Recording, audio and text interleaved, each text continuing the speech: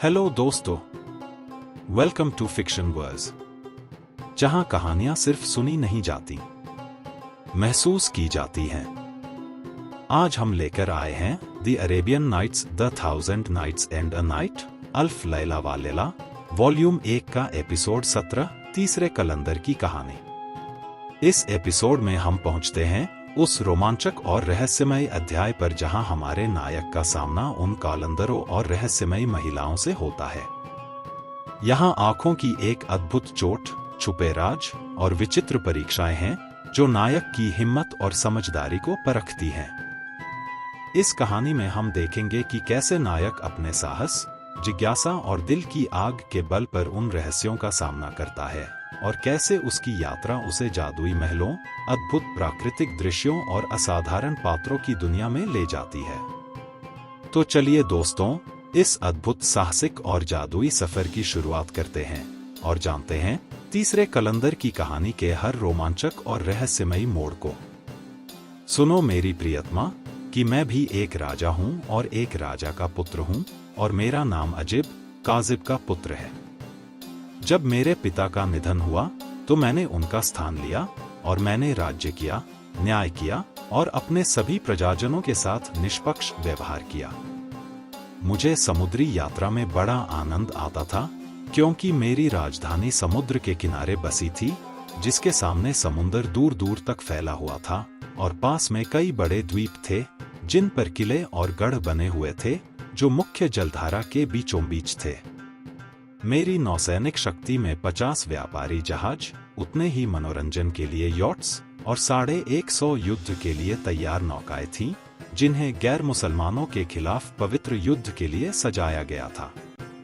एक दिन मेरे मन में यह विचार आया कि मैं इन द्वीपों का आनंद लूं, इसलिए मैंने अपने प्रजाजनों के साथ 10 नौकाओं में सवार होकर यात्रा शुरू की और अपने साथ 1 महीने का भोजन लेकर 20 दिन की समुद्री यात्रा पर निकल पड़ा।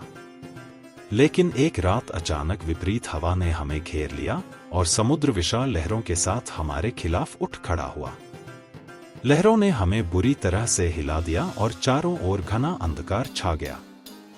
हम स्वयं को खोया हुआ मान बैठे और मैंने कहा, जो अपने जीवन को खतरे में डालता है, चाहे वह बच भी जाए, उसकी कोई प्रशंसा योग्य नहीं। तभी हमने अल्लाह से प्रार्थना की और उससे विनती की, लेकिन तूफानी हवाएं कम नहीं हुईं और लहरें लगातार हम पर वार करती रहीं। सूरज की पहली किरण के साथ ही सुबह हुई, हवा शांत हुई, समुद्र शीशे की तरह स्थिर हो गया और सूर्य ने अपनी कृपालु किरणें हम पर डाली। तुरंत ही हमने एक द्वीप पाया जहां हमने उतरकर भोजन तैयार किया, दिल खोलकर खाया और 2 दिन तक विश्राम किया। फिर हमने पुनः यात्रा शुरू की और 20 दिन और नौकायन किया। समुद्र फैलता गया और भूमि धीरे धीरे दूर होती चली गई।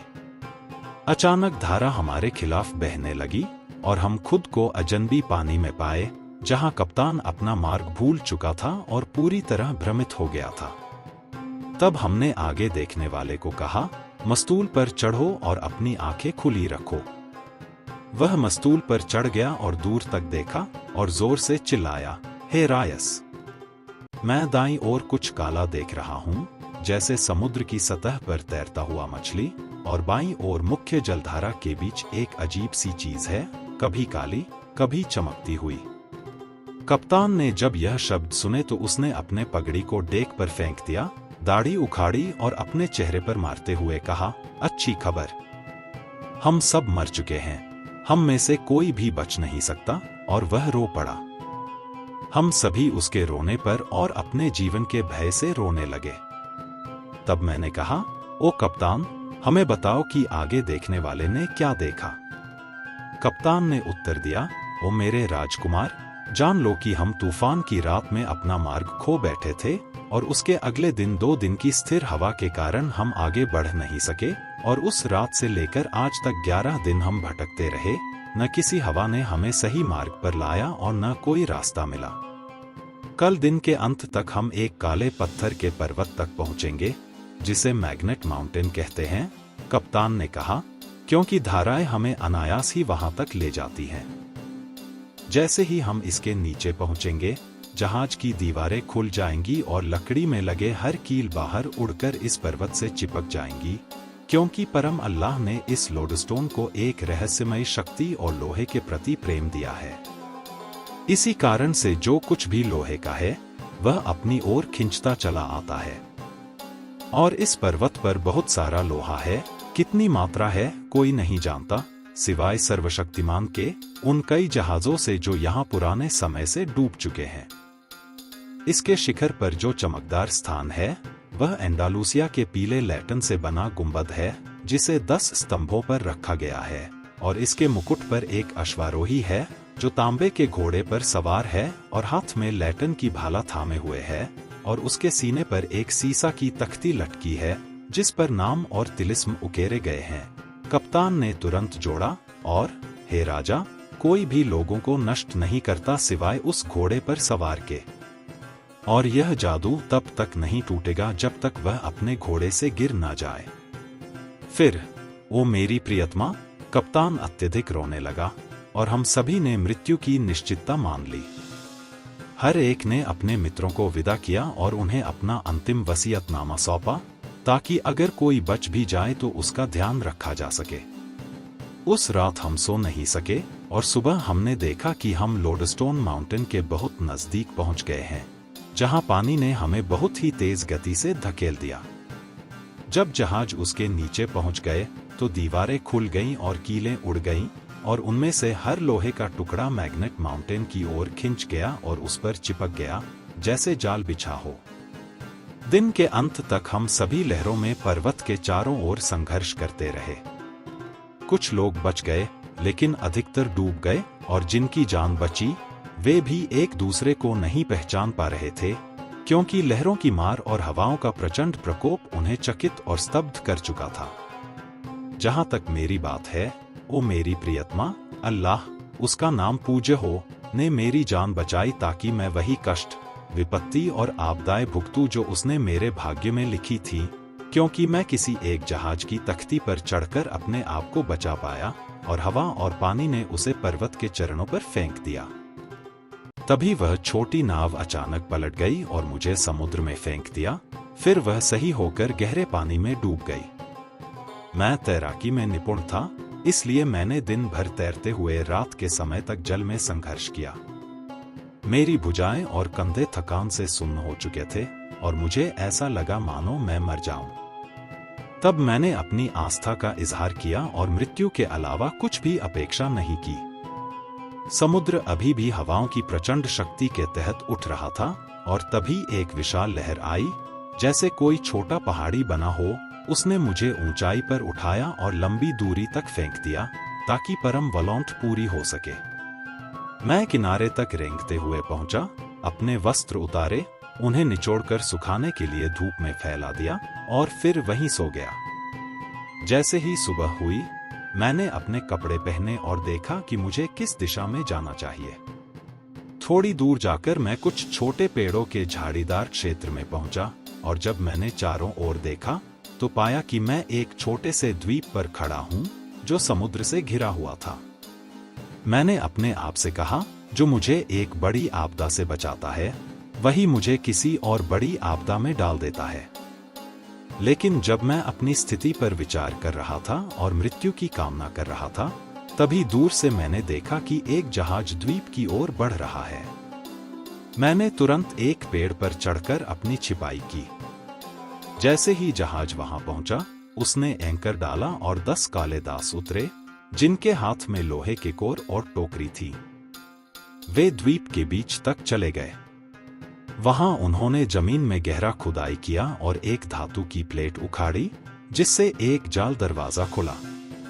इसके बाद वे जहाज पर लौटे और लाए रोटियां, आटा, शहद, फल, घी, चमड़े की बोतलें जिनमें शराब भरी थी, और कई घरेलू सामान।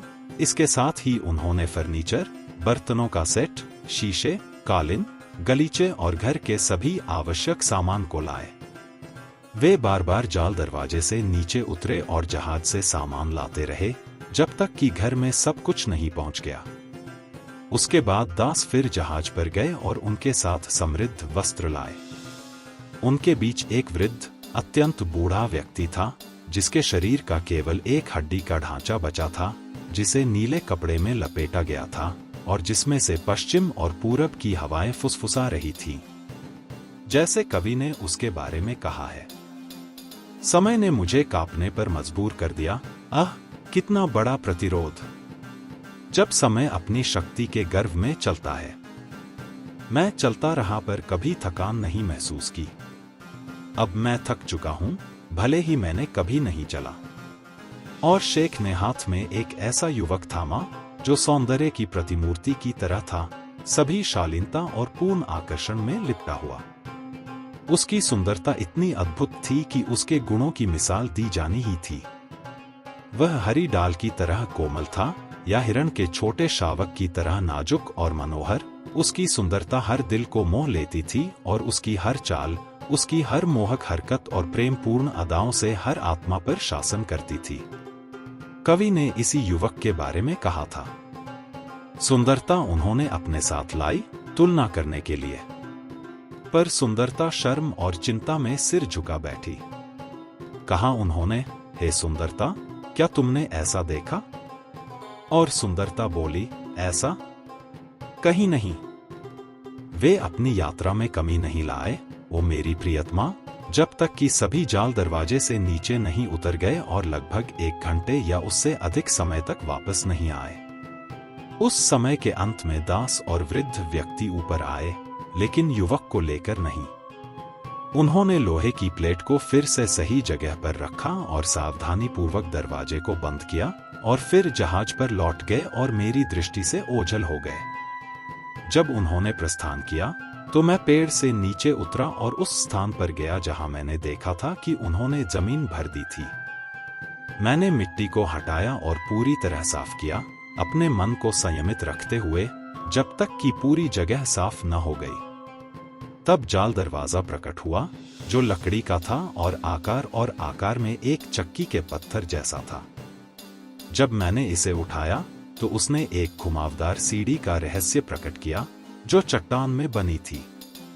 इस पर मैं चकित रह गया और धीरे धीरे सीढ़ियां उतरता गया। जैसे ही मैं अंतिम सीढ़ी तक पहुंचा, मैंने देखा एक भव्य हॉल, विभिन्न प्रकार के कालीनों और रेशमी वस्त्रों से सजा हुआ।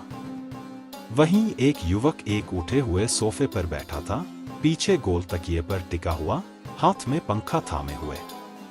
उसके सामने खुशबूदार जड़ी बूटियों और फूलों के गुलदस्ते रखे थे। लेकिन वह अकेला था और उस विशाल कक्ष में उसके पास कोई भी नहीं था। जब उसने मुझे देखा तो उसका रंग उड़ गया, लेकिन मैंने उसे सम्मानपूर्वक प्रणाम किया और कहा, अपना मन शांत करो और अपने भय को दूर करो, तुम्हें कोई हानि नहीं पहुंचेगी। मैं भी तुम्हारी तरह का इंसान हूं और राजा का पुत्र भी। नियति की शक्तियों ने मुझे तुम्हारे पास भेजा है, तुम्हारी अकेली अवस्था में तुम्हारा साथी बनने और तुम्हें हौसला देने के लिए।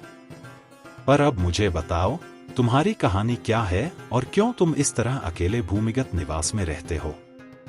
जब उसने यह सुनिश्चित किया कि मैं उसका समान इंसान हूं, कोई जिन्न नहीं, तो उसकी प्रसन्नता लौट आई और उसका सुंदर रंग पुनः चमक उठा।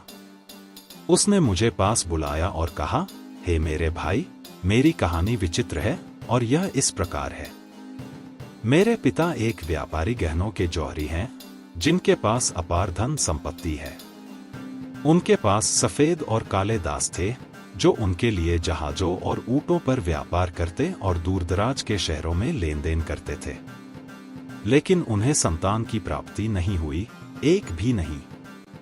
एक निश्चित रात उन्होंने सपना देखा कि उन्हें पुत्र प्राप्त होगा, पर वह अल्पायु का होगा। सुबह हुई और पिता दुख और विलाप के साथ जागे। अगले ही दिन मेरी माता गर्भवती हुई और मेरे पिता ने उसकी गर्भधारण तिथि लिख ली। समय पूरा होने पर मेरी माता ने मुझे जन्म दिया। इस पर मेरे पिता अत्यंत प्रसन्न हुए। उन्होंने दावतें दी, पड़ोसियों को बुलाया, फकीरों और गरीबों को भोजन कराया, क्योंकि अपने जीवन के अंतिम दिनों में उन्हें संतान की प्राप्ति हुई थी। फिर उन्होंने ज्योतिषियों और खगोलियों को बुलाया, जो ग्रहों की स्थिति जानकार थे, और उस समय के जादूगर और ज्ञानी लोग और जन्मपत्रियों में पारंगत विद्वान सब इकट्ठा किए। उन्होंने मेरी जन्म कुंडली बनाई और मेरे पिता से कहा, तुम्हारा पुत्र 15 वर्ष तक जीवित रहेगा, परंतु उसके 15वें वर्ष में एक संकट है। यदि वह सुरक्षित इस वर्ष को पार कर गया तो वह दीर्घायु होगा। और उसकी मृत्यु का कारण यह है कि खतरनाक समुद्र में एक पर्वत है जिसे मैग्नेट माउंटेन कहा जाता है।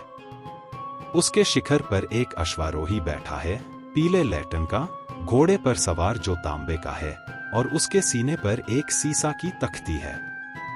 इस सवार के 25 दिन बाद तुम्हारा पुत्र मरेगा और उसकी हत्या वही करेगा जो इस अश्वारोही को मार गिराएगा, राजकुमार अजीब, खजिब के पुत्र। मेरे पिता अत्यधिक दुखी हुए जब उन्होंने यह सुना, पर उन्होंने मुझे अत्यंत प्यार और कोमलता से पाला और मेरी शिक्षा उत्तम ढंग से की, जब तक कि मेरा 15वां वर्ष पूरा नहीं हुआ। 10 दिन पहले उसे समाचार मिला कि वह अश्वारोही समुद्र में गिर गया और उसे मारने वाले का नाम अजीब, खजिब का पुत्र था। मेरे पिता उस समय अत्यंत क्रंदन करने लगे, जैसे उन्होंने मुझे खोने का बड़ा दुख झेला हो, और वे ऐसे हो गए जैसे कोई जिन उनका शरीर धारण किए हुए हो। फिर भी मेरी मृत्यु का भय उन्हें सताने लगा, इसलिए उन्होंने मेरे लिए पृथ्वी के नीचे यह स्थान बनवाया और इसे आवश्यक वस्तुओं से भर दिया ताकि बचा हुआ समय सुरक्षित बीते। फिर उन्होंने मुझे जहाज से यहाँ लाया और यहीं छोड़ दिया।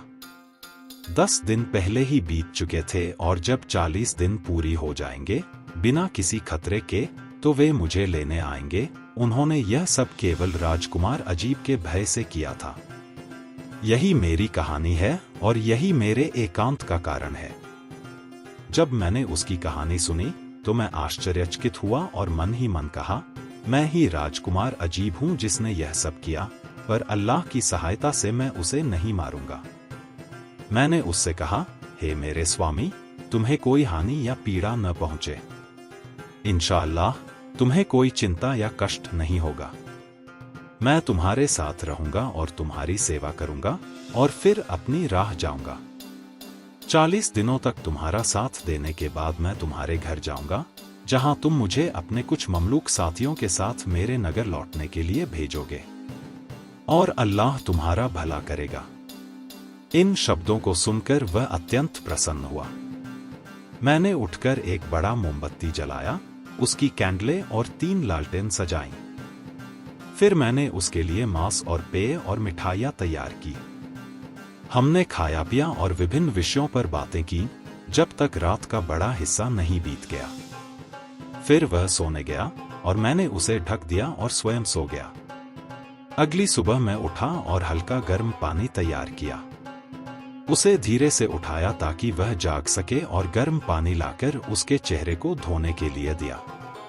उसने मुझसे कहा, हे युवा, अल्लाह तुम्हें मेरी ओर से हर आशीर्वाद दे। अल्लाह की कसम, अगर मैं इस खतरे से बच जाऊं और उस अजीब बिन खजिब से सुरक्षित रहूं, तो मैं अपने पिता से कहूंगा कि वह तुम्हें समृद्ध और स्वस्थ घर भेजे, और अगर मैं मर जाऊं तो मेरी दुआ तुम्हारे ऊपर रहे। मैंने उत्तर दिया, जिस दिन तुम्हारे साथ कोई बुरा न हो वह कभी न आए, और अल्लाह करे कि मेरी अंतिम दिन तुम्हारे अंतिम दिन से पहले हो। फिर मैंने उसके सामने थोड़ा भोजन रखा और हमने खाया। मैंने हॉल को सुगंधित करने के लिए खुशबूदार धूप जलाई, जिससे वह प्रसन्न हुआ। इसके अलावा मैंने उसके लिए एक मनकलाकपड़ा बनाया। हम खेलते और मिठाइयाँ खाते, फिर खेलते और आनंद लेते जब तक कि रात न हो जाए। फिर मैं उठकर दीपक जलाता, उसके सामने भोजन रखता और उसे कहानी सुनाता जब तक अंधेरा गहरा न हो जाए। फिर वह सोने जाता, मैं उसे ढकता और स्वयं विश्राम करता। इस प्रकार, ओ मेरी प्रियतमा, मैं दिन और रात यह सब करता रहा। उसके प्रति स्नेह मेरे हृदय में जड़े जमा गया और मेरी पीड़ा कम हुई। मैंने अपने आप से कहा, ज्योतिषियों ने झूठ बोला जब उन्होंने कहा कि उसे अजीब बिन खजिब से मारा जाएगा। अल्लाह की कसम, मैं उसे नहीं मारूंगा। मैंने उससे सेवा करना, बातें करना और मनोरंजन करना और उसे हर प्रकार की कहानियां सुनाना 29 दिनों तक नहीं रोका। और 40वीं रात को उस युवक ने अत्यंत प्रसन्नता प्रकट करते हुए कहा, हे मेरे भाई, अल्हम्दुलिल्लाह, सब प्रशंसा अल्लाह के लिए है जिसने मुझे मृत्यु से बचाया, और यह सब तेरे आशीर्वाद और मेरे पास आने के कारण संभव हुआ। मैं प्रार्थना करता हूँ कि अल्लाह तुम्हें तुम्हारे जन्मस्थान पर सुरक्षित लौटाए। लेकिन अब, हे मेरे भाई, मैं चाहता हूँ कि तुम मेरे लिए कुछ गर्म पानी तैयार करो ताकि मैं गुस्ल का अभिषेक कर सकूं, और कृपया मुझे स्नान कराओ और मेरे वस्त्र बदल दो। मैंने उत्तर दिया, प्रेम और प्रसन्नता के साथ।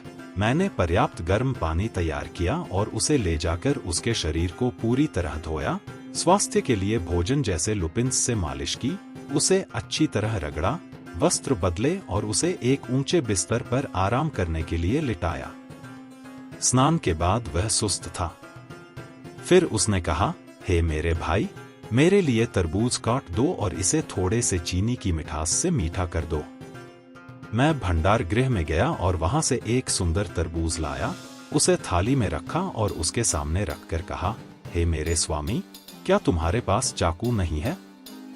यहाँ है, उसने उत्तर दिया, मेरे सिर के ऊपर ऊंची अलमारी की शेल्फ पर। मैं जल्दी से उठकर चाकू निकालने गया, लेकिन कदम रखते समय मेरा पैर फिसल गया और मैं जोर से उस युवक पर गिर पड़ा, हाथ में चाकू लिए। दुर्भाग्यवश वही चाकू, जैसे नियति का आदेश हो, उस युवक के हृदय में जाकर खुद को गाड़ लिया। वह तुरंत वहीं मृत हो गया। जब मैंने देखा कि वह मारा गया और मुझे यह पता चला कि मैंने उसे मारा, तो मैं स्वयं पर अत्यधिक दुखित हुआ। मैंने अत्यंत तेज और कटु क्रंदन किया, अपने चेहरे पर हाथ मारकर अपने वस्त्र फाड़ दिए और कहा, सत्य है कि हम अल्लाह के हैं और उसी की ओर लौटेंगे। हे मुसलमानों, हे अल्लाह को चाहने वालों, इस युवक के लिए केवल 40 खतरनाक दिनों में से एक दिन बाकी था, जैसा ज्योतिषियों और विद्वानों ने बताया था, और इस सुंदर व्यक्ति की नियत मृत्यु मेरे हाथ से होनी थी। काश मैं तरबूज काटने का प्रयास न करता। यह क्या भयावह दुर्भाग्य है जिसे मुझे सहना पड़ रहा है। ओह, यह क्या आपदा है। ओ अल्लाह, मैं तुझसे प्रार्थना करता हूं कि मेरी बेगुनाही को देख, मैं उसकी मृत्यु में दोषी नहीं हूं। जो कुछ अल्लाह चाहेगा वही होगा। और शहरजाद ने देखा कि सुबह का उजाला होने लगा और उसने अपनी कथन सीमा पर विराम कर दिया। जब यह 16वीं रात आई तो उसने कहा, हे शुभ्र राजन, मुझे यह ज्ञात हुआ है कि अजीब ने अपनी कहानी उस महिला को ऐसे जारी रखा। जब मुझे यह निश्चित हो गया कि मैंने उसे मार डाला है, तो मैं उठ खड़ा हुआ। मेरे हृदय में दुख और शर्म का मिश्रित भाव था और मैं अपनी नियति को स्वीकार कर रहा था। मैंने सीढ़ियां चढ़ी और उस ट्रैपडोर को फिर से अपनी जगह पर रखा और उसे पहले की तरह मिट्टी से ढक दिया। मेरा दिल भारी था, आंखों में आंसू थे और मैं हर कदम पर यह सोच रहा था कि यह दुर्भाग्य किस प्रकार मेरे ऊपर आया। लेकिन मुझे यह भी ज्ञात था कि जो होना था वही हुआ। इस भयानक घटना के बावजूद मैं अपनी शांति बनाए रखने का प्रयास कर रहा था और स्वयं को नियंत्रित कर रहा था। मैंने उसे इस तरह ढककर मिट्टी से सुरक्षित किया जैसे मैं किसी पवित्र वस्तु को संरक्षित कर रहा हूं। मेरे भीतर मिश्रित भाव, दुख, पछतावा और नियति की स्वीकार्यता एक अनकहे तूफान की तरह उमड़ रहे थे। मुझे यह एहसास हुआ कि जीवन और मृत्यु का चक्र इतना अप्रत्याशित और कठिन होता है कि मनुष्य केवल उस पर विश्वास कर सकता है और अल्लाह के निर्णय के सामने अपना सिर झुका सकता है। इस कार्य को समाप्त करने के बाद मैं धीरे धीरे पीछे हट गया, अपनी सांसों को व्यवस्थित किया और उस अंधेरी भव्यता को देखा जिसे मैंने थोड़ी देर पहले छोड़ दिया था। वह जगह अब शांत थी, केवल मेरा हृदय भारी था और सोच रहा था कि किस प्रकार मेरी नियति और कर्म एक साथ बंधे हुए हैं। फिर मैंने समुद्र की ओर देखा और देखा कि जहाज पानी को चीरते हुए द्वीप की ओर बढ़ रहा है। मेरे हृदय में भय समा गया और मैंने कहा, जैसे ही वे आएंगे और यह देखेंगे कि युवक मरा पड़ा है, उन्हें पता चल जाएगा कि यह मेरे हाथों हुआ और वे मुझे बिना किसी क्षमा के मार डालेंगे। मैंने तुरंत एक ऊंचे वृक्ष पर चढ़ना तय किया और अपने आप को उसकी शाखाओं और पत्तों के बीच छिपा लिया। जैसे ही मैं सुरक्षित स्थान पर पहुंचा, जहाज ने लंगर डाल दिया और गुलाम जमीन पर उतरे। उनके साथ वृद्ध शख्स भी था, युवक का पिता। वे सीधे उस जगह की ओर बढ़े और जब उन्होंने मिट्टी हटाई तो वे चकित रह गए, क्योंकि मिट्टी नरम थी और हल्की सी गीली लग रही थी। फिर उन्होंने ट्रैपडोर उठाया और नीचे उतरकर देखा। युवक पूरी लंबाई में पड़ा था, नए सुंदर वस्त्र पहने हुए, स्नान के बाद चेहरा दमक रहा था और उसके हृदय में वही चाकू गहरा धंसा था। यह दृश्य देखकर उन्होंने जोर जोर से चीखे और विलाप करना शुरू कर दिया, अपने चेहरे को पीटते हुए और हत्यारे को श्राप देते हुए। वृद्ध शख्स पर ऐसा सदमा आया कि गुलामों को लगा कि वह मर गया है, अपने बेटे की मृत्यु का दुख सहन न कर सका। अंततः उन्होंने मृत युवक को उसके वस्त्रों में लपेटकर ऊपर उठाया और जमीन पर रख दिया, रेशमी चादर से ढक दिया। जब वे जहाज की ओर बढ़ रहे थे, वृद्ध व्यक्ति होश में आया और अपने बेटे की ओर देखते हुए, जो लंबा पड़ा था, जमीन पर गिर पड़ा, सिर पर मिट्टी डालने लगा, अपने चेहरे को पीटा और दाढ़ी खींची। उसका विलाप और भी तीव्र हो गया, क्योंकि वह अपने मारे गए पुत्र के बारे में सोच रहा था और वह फिर से बेहोश हो गया। कुछ समय बाद एक गुलाम रेशमी पट्टी लेकर आया, जिस पर उन्होंने वृद्ध शख्स को लिटाया और उसके सिर के पास बैठ गए। यह सब कुछ घट रहा था और मैं ऊपर पेड़ पर बैठकर यह सब देख रहा था। मेरे हृदय में इतनी भारी पीड़ा थी कि मेरे सिर के बाल सफेद होने लगे, जीवन की कठोर परिस्थितियों और सहन की गई यातनाओं के कारण।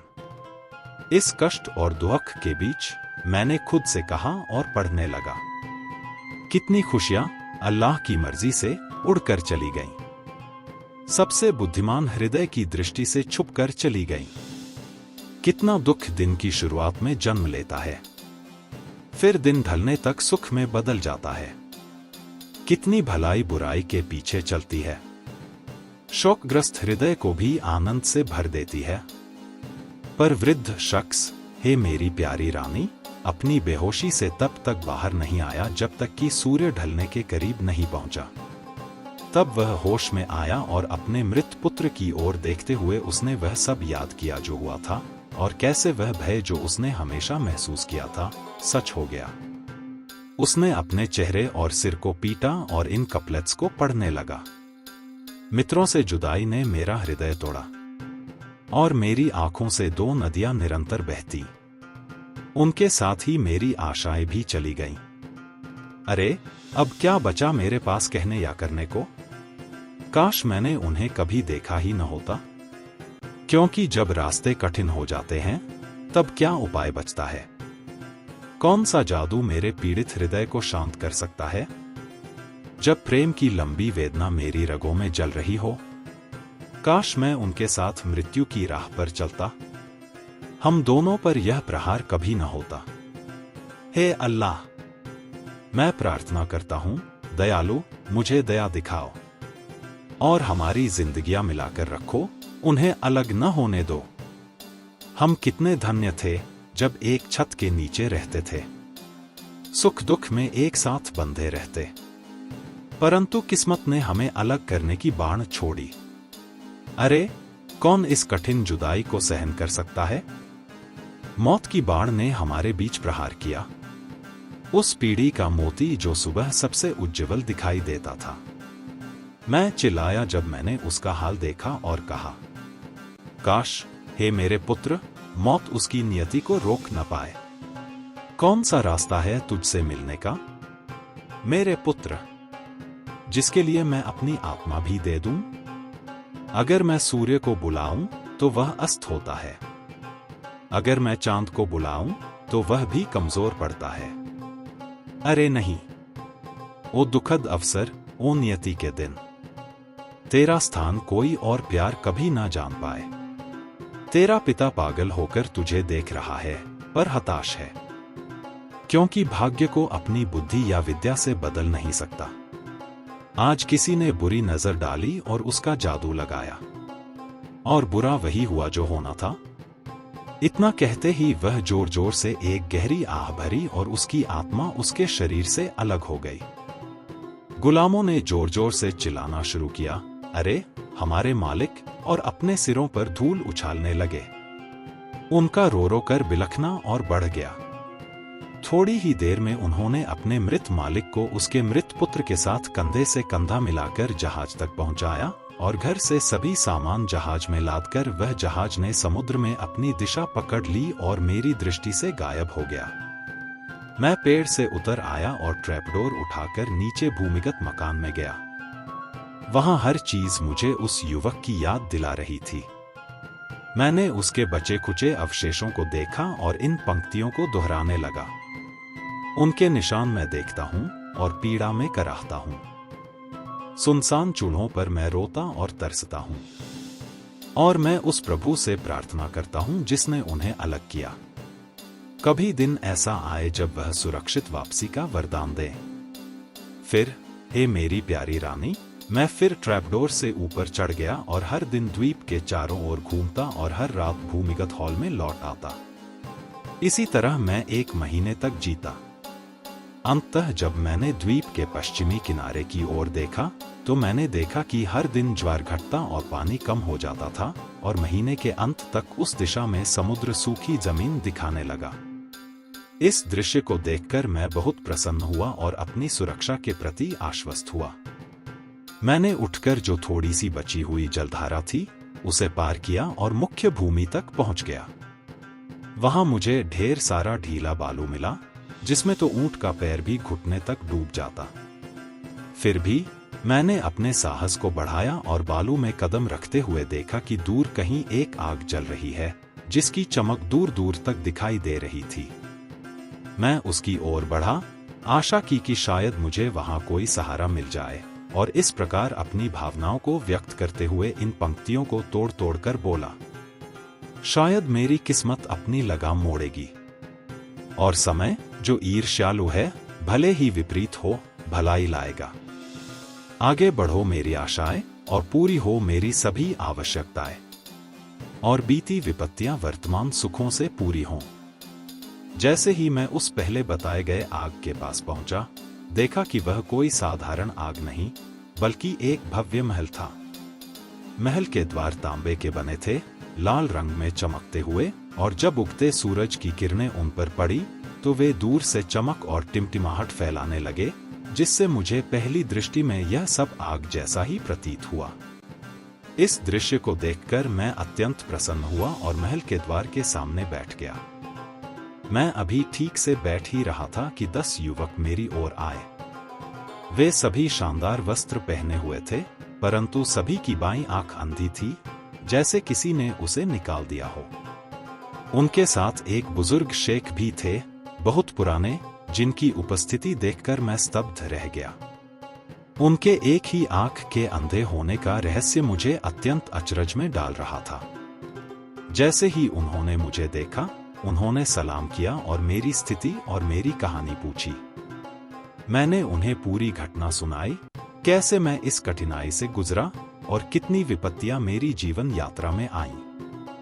मेरी कथा सुनकर वे हैरान हुए और मुझे महल के अंदर ले गए। महल के हॉल में प्रवेश किया तो वहां 10 सोफे सजा थे, प्रत्येक पर नीली चादरें और नीली परत बिछी हुई थी। बीच में एक छोटा सा सोफा था, उसी पर शेख बैठे। शेख ने मुझे कहा, हे युवराज, तुम यहाँ फर्श पर बैठो, पर हमारी स्थिति और हमारी आंखों के नुकसान के बारे में मत पूछो। इसके बाद शेख उठे और प्रत्येक युवक के सामने एक थाली में मांस और बड़े मजर में पेय परोसा। मेरी ओर भी ध्यान रखते हुए उन्होंने मुझे उसी तरह परोसा। फिर उन्होंने मुझसे मेरी यात्राओं और मेरी कठिनाइयों के बारे में पूछा और मैं उन्हें पूरी रात अपनी कहानी सुनाता रहा। जब रात काफी बीत गई तो उन युवाओं ने कहा, हे हमारे शेख, क्या आप हमें हमारी सामान्य थाली नहीं देंगे? समय हो गया है। शेख ने मुस्कुराते हुए उत्तर दिया। प्यार और प्रसन्नता के साथ वह उठे, एक अलमारी में गए और थोड़ी देर बाद लौटे। उनके हाथों में 10 ट्रे थी, प्रत्येक पर नीली चादर ढकी हुई थी। उन्होंने प्रत्येक युवक के सामने ट्रे रख दी। फिर उन्होंने 10 मोमबत्तियां जलाई, प्रत्येक ट्रे पर एक। जैसे ही उन्होंने ढकना हटाया तो देखा कि ट्रे में केवल राख, कोयले का धुआं और भट्टी की राख ही बची थी। तभी सभी युवा अपनी बाजुओं को कोहनी तक ऊपर उठाकर रोने और बिलखने लगे। उन्होंने अपने चेहरे काले कर लिए, कपड़ों पर राख मढ़ दी, अपनी भुजाएं पीटीं और स्तनों पर हाथ मारने लगे, बार बार यह कहते हुए, हम आराम से बैठे थे पर हमारी हठधर्मिता ने हमें अशांति में डाल दिया। वे तब तक यही करते रहे जब तक सुबह नहीं हुई। फिर शेख उठे, पानी गर्म किया और उन्हें धोने के लिए दिया। उन्होंने अपने चेहरे धोए और साफ सुथरे कपड़े पहन लिए। जब मैंने यह सब देखा, हे मेरी देवी, तो मेरी आंखों के सामने सब कुछ जैसे अचंभे में बदल गया। मेरे इंद्रिय हैरानी से भ्रमित हो गए, मेरी बुद्धि विचलित हो गई और मेरा हृदय और सिर विचारों से भरे हुए थे। मैं इतना सोच में डूब गया कि जो मेरे साथ हुआ उसे भूल गया और मौन नहीं रह सका। मेरी आत्मा ने मुझे बोले बिना नहीं रखा। मैं उनके पास गया और बोला, तुम लोग ऐसा कैसे कर सकते हो? हम सबने इतने खुले दिल से हंसी खुशी और मिलनसारिता दिखाई और तुम यह सब कर रहे हो। अल्लाह की शांति हो तुम पर, तुम सब तो स्वस्थ और संपूर्ण हो, परंतु ये कार्य केवल पागलों या दुष्ट आत्माओं से ग्रस्त लोगों के ही योग्य है। मैं तुमसे प्रार्थना करता हूँ, जो कुछ तुम्हारे लिए सबसे प्रिय है, क्यों तुम मुझे अपनी कहानी नहीं बताते और क्यों तुम अपनी आंखें खो बैठे और अपने चेहरे राख और कोयले से काले कर लिए? तभी उन्होंने मेरी ओर मुड़कर कहा, हे युवक, अपनी किशोरावस्था की जिज्ञासा को मत बढ़ाओ और हमसे प्रश्न मत पूछो। इसके बाद वे सो गए और मैं भी उनके साथ सो गया। जब वे जागे तो बुजुर्ग शेख ने हमें भोजन दिया। हमने खाया और जब थालियां और प्याले हटाए गए तो हम बैठे और बातचीत करने लगे। दिन ढलने तक वे हमसे बातें करते रहे। फिर रात हुई और शेख उठकर मोमबत्तियां और दीपक जलाएं और हमारे सामने मांस और पेय परोसे। हमने खाया और पिया और फिर साथ बैठकर गपशप और हंसी मजाक में समय बिताया, जब तक कि आधी रात नहीं हो गई। तब युवाओं ने शेख से कहा, हमें हमारी नियमित थाली लाओ, क्योंकि सोने का समय आने वाला है। शेख उठे और राख और कोयले से भरी ट्रे लाए। उन्होंने वही कार्य किया जो पिछली रात किया था, ना अधिक ना कम। मैं उनके साथ इस प्रकार 1 महीने तक रहा। हर रात वे अपने चेहरे राख से काले करते और सुबह होते ही धोकर साफ कपड़े पहनते। मैं केवल और अधिक आश्चर्यचकित होता गया। मेरी जिज्ञासा इतनी बढ़ गई कि मैं भोजन और पेय तक त्यागने लगा। अंततः मेरी धैर्य की सीमा समाप्त हो गई। मेरे हृदय में अग्नि का ज्वाला जल रही थी जिसे छुपाना असंभव था। मैंने कहा, हे युवकों, क्या तुम मेरी पीड़ा नहीं समझोगे? मुझे बताओ कि क्यों तुम अपने चेहरे काले कर लेते हो और तुम्हारे शब्द, हम आराम से बैठे थे पर हमारी हठधर्मिता ने हमें अशांति में डाल दिया, का क्या अर्थ है? वे बोले, इन बातों को रहस्य में रखना ही अच्छा था। परंतु मैं उनके कार्यों से इतना भ्रमित हो गया कि मैंने खाना और पीना छोड़ दिया। अंततः मैं पूरी तरह धैर्य खो बैठा और बोला, अब कोई उपाय नहीं, तुम्हें मुझे बताना ही होगा कि यह सब क्यों हो रहा है। वे बोले, हमने यह रहस्य केवल तुम्हारे भले के लिए रखा। यदि हम इसे तुम्हें बताएंगे तो इससे तुम्हारे ऊपर बुरा प्रभाव पड़ेगा और तुम भी हमारी तरह एक आंख से दृष्टिहीन हो जाओगे। मैंने कहा, अब कोई उपाय नहीं, और यदि तुम नहीं बताओगे तो मुझे अपनी राह लौटनी होगी और अपने लोगों के पास जाकर विश्राम करना होगा, क्योंकि कहावत कहती है, बेहतर है कि तुम ठहरो और मैं चला जाऊं, जो आंख न देखे उसका हृदय कभी दुखी न हो। तब उन्होंने मुझसे कहा, याद रखो हे युवक, यदि तुम्हारे साथ बुरा घटा तो हम फिर तुम्हें यहाँ न रहने देंगे और न ही सहन करेंगे। इसके साथ ही उन्होंने एक भेड़ लाई, उसे मारा और खाल उतारी। अंत में उन्होंने मुझे एक चाकू दिया और कहा, इस खाल पर लेट जाओ और हम इसे तुम्हारे चारों ओर सिल देंगे। जल्द ही एक निश्चित पक्षी आएगा जिसका नाम रुख है। वह तुम्हें अपने पंजों में उठा लेगा और ऊंचे आकाश में उड़ाकर किसी पर्वत पर उतार देगा। जब तुम्हें लगे कि वह अब उड़ नहीं रहा, तो इस चाकू से खाल फाड़ो और बाहर निकल जाओ। पक्षी डर जाएगा और उड़कर चले जाएगा।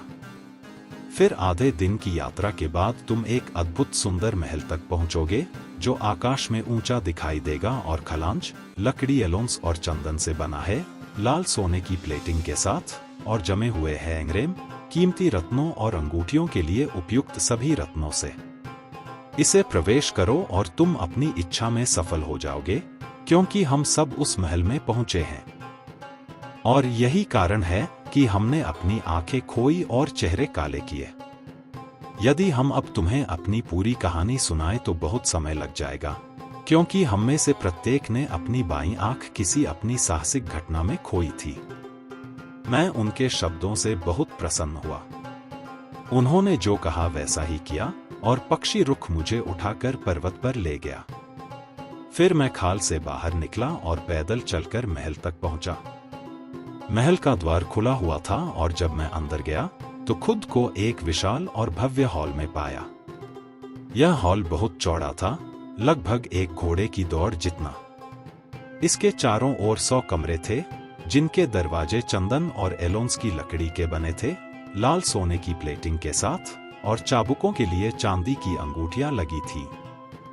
हॉल के सिरों में मैंने देखा, वहां 40 कन्याएं थीं, भव्य परिधान और आभूषणों से सज्जित। उनकी सुंदरता इतनी थी कि कोई भी उनकी ओर देखता रहा तो थकता नहीं, इतनी मोहक और आकर्षक कि सबसे कठोर साधु भी उन्हें देखकर उनके अधीन हो जाए और उनकी इच्छा का पालन करे। जब उन्होंने मुझे देखा तो पूरी मंडली मेरे पास आई और बोली, स्वागत है हमारे प्रभु।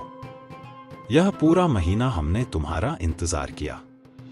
उन्होंने कहा, सभी तारीफें अल्लाह के लिए हैं, जिसने हमें ऐसा कोई भेजा जो हमारे योग्य हो, जैसे हम उसके योग्य हैं। फिर उन्होंने मुझे एक ऊंची दीवान पर बैठाया और कहा, आज से तू हमारा प्रभु और स्वामी है, और हम तेरे सेवक और हाथों की नौकर हैं, इसलिए हमें जैसे तू आदेश देगा वैसा ही करें। मैं उनकी इस बात से आश्चर्यचकित रह गया। थोड़ी देर बाद उनमें से एक उठा और मेरे सामने भोजन परोसा और मैं खाने लगा। वे भी मेरे साथ बैठकर भोजन करने लगे। जबकि अन्य ने पानी गर्म किया, मेरे हाथ और पैर धोए, कपड़े बदले और कुछ ने शरबत तैयार किया और हमें पिलाया। सभी मेरे चारों ओर एकत्र थे, मेरी आने की खुशी और प्रसन्नता में झूमते हुए। फिर वे मेरे साथ बैठकर बातें करने लगे, जैसे रात होने तक बिताई जाए। जब रात का समय आया तो उनमें से 5 उठे और ट्रे पर फूल, सुगंधित जड़ी बूटियां, फल, ताजे और सूखे, और मिठाइयां भरी। अंततः उन्होंने एक शानदार शराब का सेट लाया, जिसमें पुरानी और अमीर शराब थी। हम बैठ गए, पीने लगे। कुछ गाने गा रहे थे, कुछ ने ल्यूट, सेल्सट्री, रिकॉर्डर और अन्य वाद्य बजाए। प्याले चारों ओर घूम रहे थे और सबने मिलकर आनंद मनाया। इस पर इतनी खुशी और उल्लास मेरे हृदय में छा गया कि मैंने दुनिया के सारे दुख भूल गए। मैं बोला, यही तो जीवन है। दुख की बात यह है कि यह क्षण भंगुर है। मैंने उनकी संगति का आनंद लिया जब तक आराम का समय नहीं आया। हमारे सिर शराब से गर्म थे। तभी उन्होंने कहा, हे हमारे स्वामी, इस रात के लिए तू हम में से किसी को अपनी सहचारी चुन और अगले 40 दिनों तक उसके साथ न लेट। तब मैंने एक ऐसी कन्या को चुना जिसका रूप मनोहर और रूपरेखा पूर्ण थी। उसकी आंखें, जैसे प्रकृति ने स्वयं काजल की रेखा खींच दी हो, अत्यंत मोहक थी।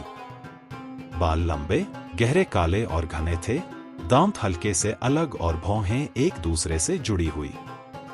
वह किसी लचीली, ग्रेसफुल शाख की तरह लग रही थी, या जैसे तुलसी की पतली डंडी जो किसी के मन को मोहित और चकित कर दे। सचमुच, जैसा कि कवि ने कहा था, उसको हरा पत्तों वाली डाली से भी तुलना करना व्यर्थ। जो उसका सौंदर्य केवल हिरण में पाए उसे मूर्ख कहा जाए। कब हिरण में पाएंगे ऐसी जीवंत, सुंदर अंग, या मधुर ओस में मिलेंगे ये होंठ केवल। वे आंखें, प्राणों को भेदने वाली, जो प्रेम में मारती हैं, जो शिकार को बाणों से बंधा देती हैं। मेरा हृदय फिर से बाल्यावस्था में बह गया। अचंभा नहीं, प्रेमी फिर से बच्चा हो गया। मैंने उसे निर्माता के शब्द भी सुनाए, जिन्होंने कहा था, तेरे सिवा कोई और आकर्षण मेरी आंखों को न भाएगा, कोई और रूप मेरा हृदय न चुराएगा। तेरा प्रेम, हे प्रेयसी, मेरे सारे विचारों को बंदी बनाता है, और उसी प्रेम में मैं मरूंगा और उठूंगा। और उस रात मैंने उसी के साथ बिताई। मैं जीवन में पहले कभी इतना मनोहर रूप नहीं देखा।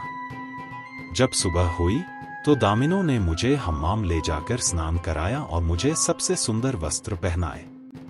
फिर उन्होंने भोजन परोसा, हमने खाया पिया और प्याला चारों ओर गया। रात के समय जब मैं फिर एक साथी चुनने का समय आया तो मैंने उनमें से एक को चुना। वह सुंदर, कोमल और गरिमा में आदर्श थी, जैसा कि कवि ने कहा था। उसके सुंदर वक्षस्थल पर 2 ताबूत नजर आए, कस्तूरी के मुहरों से प्रेमियों को रोकने के लिए बंद। तीर की तरह उसकी दृष्टियां सतर्क रहती हैं। जो भी हाथ बढ़ाने की हिम्मत करे, उसका बाण उस पर लग जाएगा। उस रात मैंने उनके साथ अत्यंत आनंद और सुख का समय बिताया। हे मेरी प्रेयसी, संक्षेप में कहूं तो मैं उनके साथ हर प्रकार की प्रसन्नता और जीवन के सुख में लगा रहा, खाता पीता और आनंद लेता रहा, बातें करता और मौजमस्ती करता रहा और हर रात किसी न किसी के साथ समय बिताता रहा। परंतु जैसे ही नव वर्ष की बेला आई, वे मेरे पास आकर आंसुओं से भीगकर मुझे विदा करने लगी। वे रोती और चिल्लाती हुई मेरे चारों ओर लिपट गईं। इस पर मैं चकित होकर कह उठा, यह क्या हुआ? सचमुच तुम मेरे हृदय को तोड़ रही हो। वे हाय हाय करते हुए बोली, काश हमने तुम्हें कभी नहीं जाना होता।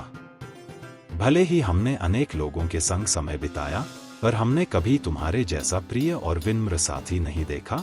और फिर वे पुनः विलाप करने लगी। मैंने पूछा, पर अधिक स्पष्ट बताओ, यह विलाप किस कारण से है कि मेरी पित्ताशय जैसे फटने को हो रहा है? उन्होंने उत्तर दिया, हे हमारे स्वामी और प्रभु, यह विदाई है जो हमें रोने पर मजबूर करती है, और तुम ही, केवल तुम ही हमारे आंसुओं का कारण हो। यदि तुम हमारी सुनो तो हमें कभी अलग नहीं होना पड़ेगा, और यदि नहीं सुनो तो हमें सदैव के लिए अलग होना पड़ेगा। परंतु हमारे हृदय हमें बताता है कि तुम हमारी बात नहीं सुनोगे, और यही हमारे रोने और चिल्लाने का कारण है। मैंने पूछा, तो यह मामला किस प्रकार का है? उन्होंने उत्तर दिया, हे हमारे स्वामी, जान लो कि हम राजाओं की कन्याएं हैं, जो यहाँ मिली और वर्षों तक साथ रही हैं। और प्रत्येक वर्ष हमें अनिवार्य रूप से 40 दिनों के लिए अलग होना पड़ता है। उसके पश्चात हम लौटकर शेष 12 महीने यहाँ रहते हैं, भोजन करते, पीते, सुख भोगते और आनंद लेते हैं।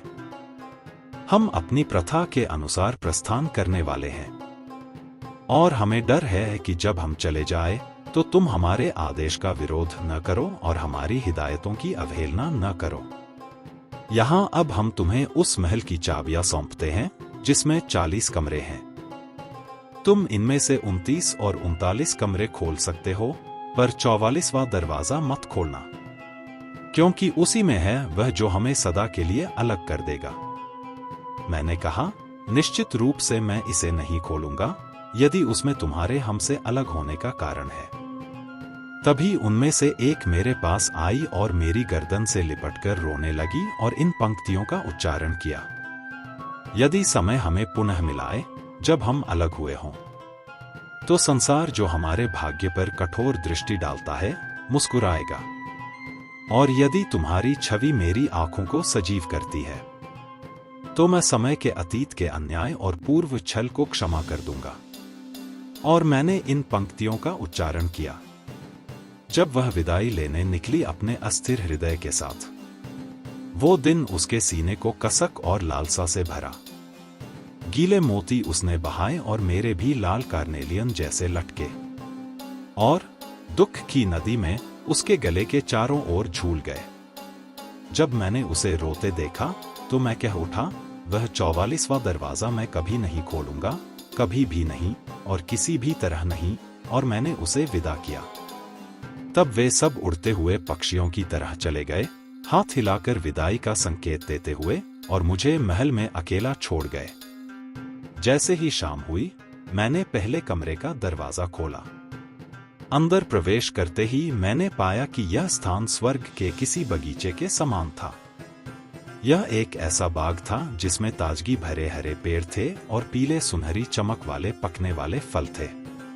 उसके पक्षी स्पष्ट और मधुर स्वर में गा रहे थे और नालियां पवित्र और सुंदर धरती में घूमते हुए बह रही थी।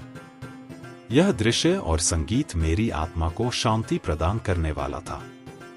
मैं पेड़ों के बीच चलता रहा, हवा में फूलों की खुशबू को महसूस किया और पक्षियों की मधुर गूंजती आवाजें सुनी, जो सर्वशक्तिमान एक परमेश्वर की स्तुति कर रही थी।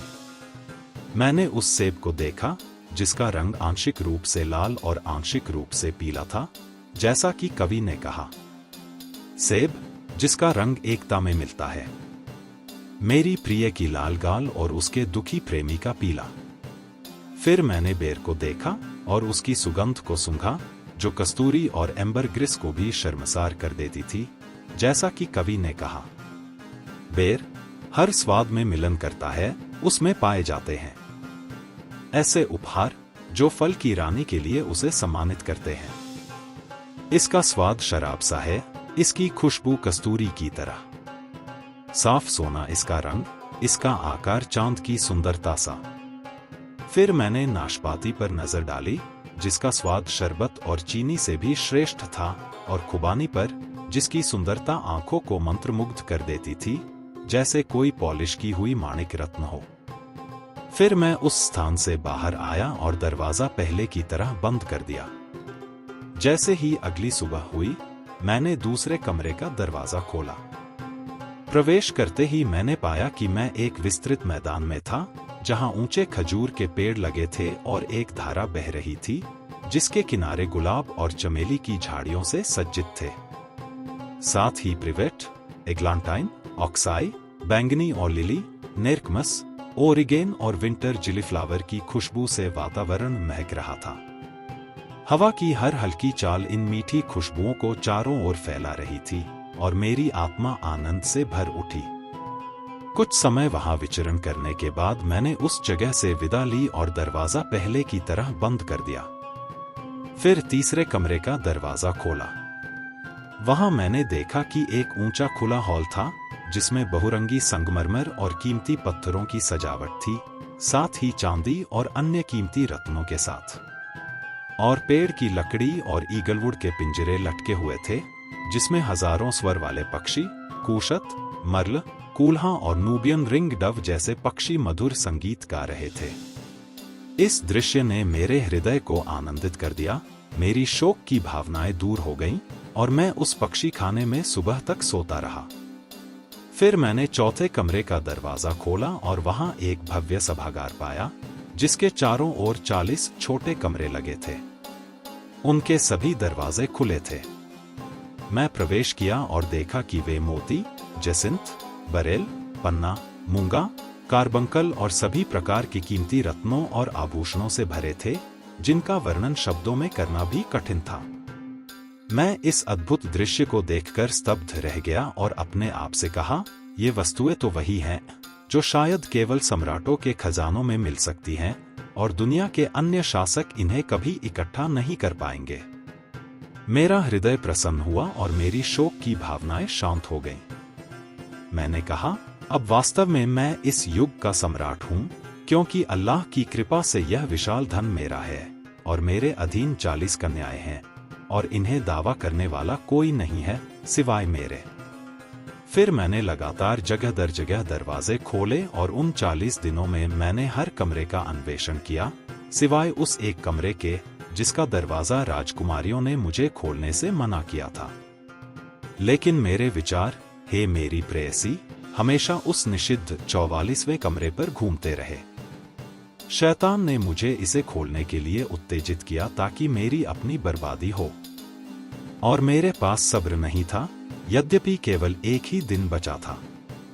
अतः मैं उस निषिद्ध कमरे के सामने खड़ा हुआ और थोड़ी हिचकिचाहट के बाद उस लाल सोने की चढ़ाई वाले दरवाजे को खोला और प्रवेश किया। मैं उस सुगंध से मिला जैसी मैंने पहले कभी महसूस नहीं की थी, और इतनी तीव्र और सूक्ष्म थी वह खुशबू कि मेरी इंद्रियां शराब की तरह मदहोश हो गईं और मैं 1 घंटे तक बेहोश होकर जमीन पर पड़ा रहा। जब मैं अपने होश में आया तो मैंने अपने हृदय को सुदृढ़ किया और भीतर प्रवेश किया। मैंने पाया कि मैं एक कमरे में था जिसका फर्श केसर की चादरों से ढका हुआ था और सोने की शाखाओं वाले कैंडलब्रास और कीमती तेलों से भरे दीपकों की रोशनी से जगमगा रहा था। इन दीपकों और कैंडलब्रास से मस्क और एम्बरग्रेस की सुगंध पूरे कमरे में फैली हुई थी। मैंने वहां 2 बड़े धूपदान भी देखे, हर एक माजर बाउल के समान बड़ा, जिसमें लिग्नेलो, नाड परफ्यूम, एम्बरग्रेस और मधुर खुशबुएं जल रही थी। पूरा स्थान उनकी महक से भरपूर था। फिर, हे मेरी प्रेयसी, मैंने देखा कि वहां एक शानदार अश्व खड़ा था, रात की गहरी अंधकार जैसी काली, सुसज्जित और तैयार, काठी और लगाम सहित, और उसकी काठी लाल सोने की बनी थी। उसके सामने 2 खुराकी रखी थी, एक साफ क्रिस्टल की जिसमें तिल भरा था और दूसरी भी क्रिस्टल की जिसमें मस्क की खुशबू वाली गुलाब जल भरी थी। जब मैंने यह देखा तो मैं आश्चर्यचकित हुआ और अपने आप से कहा, निश्चय ही इस प्राणी में कोई अद्भुत रहस्य है। शैतान ने मेरी इच्छा को बहकाया और मैं उसे महल के बाहर ले गया और उस पर सवार हो गया, पर वह अपनी जगह से 1 कदम भी नहीं हिला। मैंने उसके शरीर को अपने एड़ियों से मारना शुरू किया, फिर भी वह हिला नहीं। फिर मैंने लगाम की छड़ी उठाई और उसे मार दिया।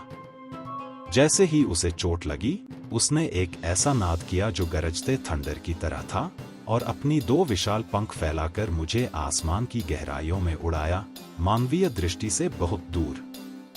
पूरा 1 घंटा उड़ने के बाद वह एक छत पर उतरा और मुझे अपनी पीठ से झटकते हुए अपनी पूंछ से मेरे चेहरे पर वार किया। उसके वार से मेरी बाईं आंख बाहर निकलकर मेरे गाल पर लुढ़क गई। फिर वह उड़ गया। मैं छत से नीचे आया और पाया कि मैं फिर से उन 10 एक आंख वाले युवकों के बीच था जो अपने नीले आवरण वाले 10 सोफों पर बैठे थे। उन्होंने मुझे देखते ही चिल्लाया, कोई स्वागत नहीं तुम्हारा, न कोई प्रसन्नता। हम सभी सबसे सुखमय जीवन जिए और सबसे अच्छे भोजन पान का आनंद लिया, सोने और ऊनी वस्त्रों पर विश्राम किया और सुंदरता के आलिंगन में सोए, पर हम एक दिन भी प्रतीक्षा नहीं कर सके कि वर्ष की विलासिताओं का आनंद लें। मैंने कहा, देखो, मैं भी तुम जैसा हो गया हूं और अब मैं चाहता हूं कि तुम मेरे लिए कालेपन से भरी एक थाली लाओ, जिससे मैं अपने चेहरे को काला करूं और मुझे अपनी संगति में स्वीकार करो। नहीं, अल्लाह की कसम, उन्होंने कहा, तुम हमारे साथ यहाँ नहीं रहोगे, अब जाओ और यहाँ से चले जाओ। उन्होंने मुझे धक्का देकर बाहर कर दिया। मैं उन्हें इस तरह खुद को ठुकराते देखकर भारी हृदय और आंसू भरी आंखों के साथ वहां से चल पड़ा।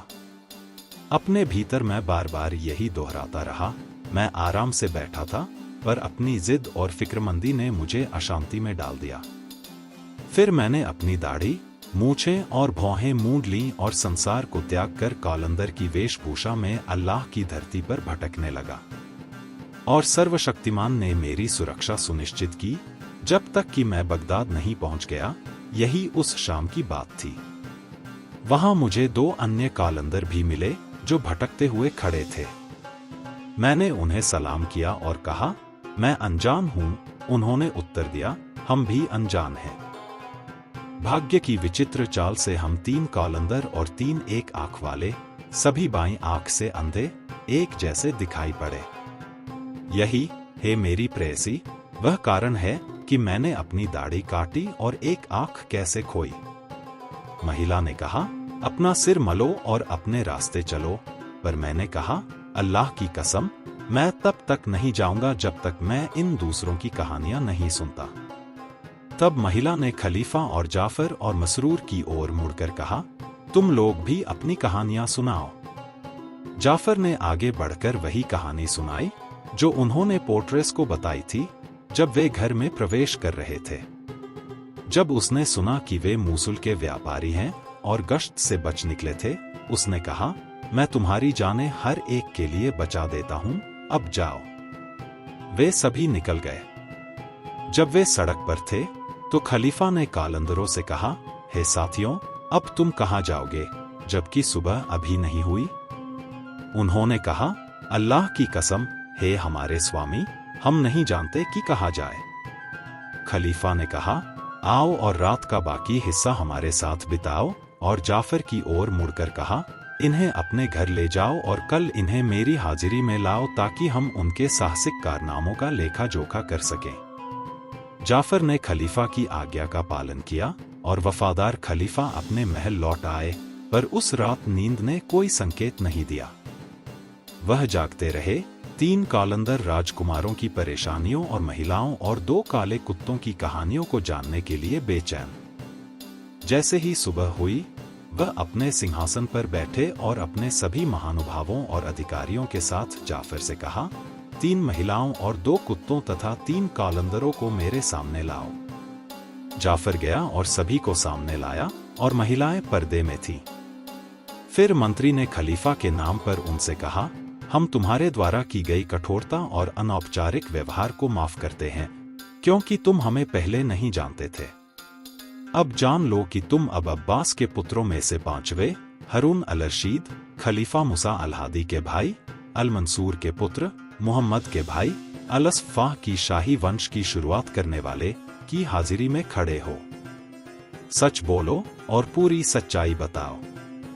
जब महिलाओं ने जाफर की बात सुनी तो बड़ी बहन आगे बढ़ी और बोली, हे सच्चे विश्वासियों के प्रिंस, मेरी कहानी ऐसी है जिसे यदि किसी ने अपनी आंखों के कोनों पर भी खुदाई कर लिया तो वह चेतावनी होगी उन सभी के लिए जो चेतना चाहते हैं, और उदाहरण बनेगा उन सभी के लिए जो लाभ लेना चाहते हैं। और उसी क्षण शहरजाद ने सुबह की किरण को देखा और अपनी कहने की सीमा रोक दी। जब 17वीं रात आई, उसने कहा, हे ज्ञानी राजा, कि वह विश्वासी कमांडर के सामने खड़ी हुई और अपनी कहानी बताने लगी। और यहाँ कहानी बस यहीं थमती नहीं। क्या आप अनुमान लगा सकते हैं कि वह रहस्यमय महिला क्या कहेगी? कौन सी घटनाएं हमारे नायक की किस्मत बदल देंगी? और उन कालंदरों और राजकुमारों का असली रहस्य क्या है जो उनकी आंखों की एक अद्भुत चोट में छुपा है? यदि आप यह जानना चाहते हैं तो अगले एपिसोड में हम खुलासा करेंगे वो सारे राज जो शहरजाद के शब्दों में जीवित हो उठेंगे। तब तक सोचिए और अनुमान लगाइए, क्या आप भी उन रहस्यों का हिस्सा बनना चाहेंगे?